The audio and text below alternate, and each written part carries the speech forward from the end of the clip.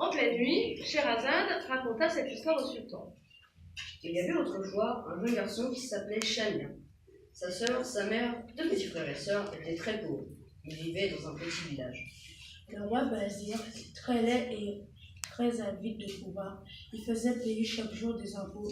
Il prenait les enfants de 11 ans pour les faire travailler. Shahriar avait justement 10 ans. Le soir venu, leur mère leur racontait une histoire. Elle leur dit: Mes enfants, je vais vous raconter l'histoire de la petite époque des sables tissés. Dans cette histoire, mon petit Shahriar, tu verras que tu peux devenir roi.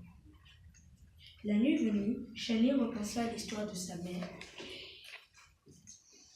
Il se mit en quête de la carte. Il se mit en quête d'une carte qui apparaissait dans l'histoire, qui le permettrait d'accomplir sa destinée. Il partit de la maison en emportant le plus de nourriture possible, de l'eau, une corde et son cheval. Shahriar se dirigea vers la forêt des âmes perdues et personne ne vit. Un soldat caché espionna le jeune garçon. Plein de méfiance, il alla faire son rapport au roi. Sire, un jeune homme est parti chercher la carte mystique qui dérangera votre pouvoir. Vraiment, je vais dans la forêt des âmes perdues. Cela ne se passera pas comme ça. Le garçon caché dans les bois entendit des voix graves.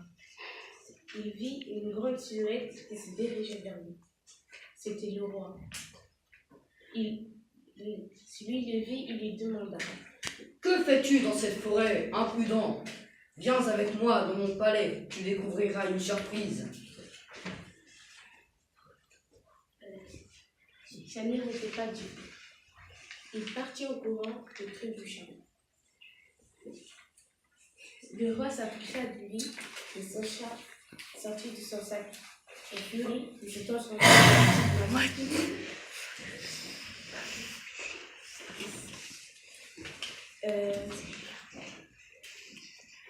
c'était le roi.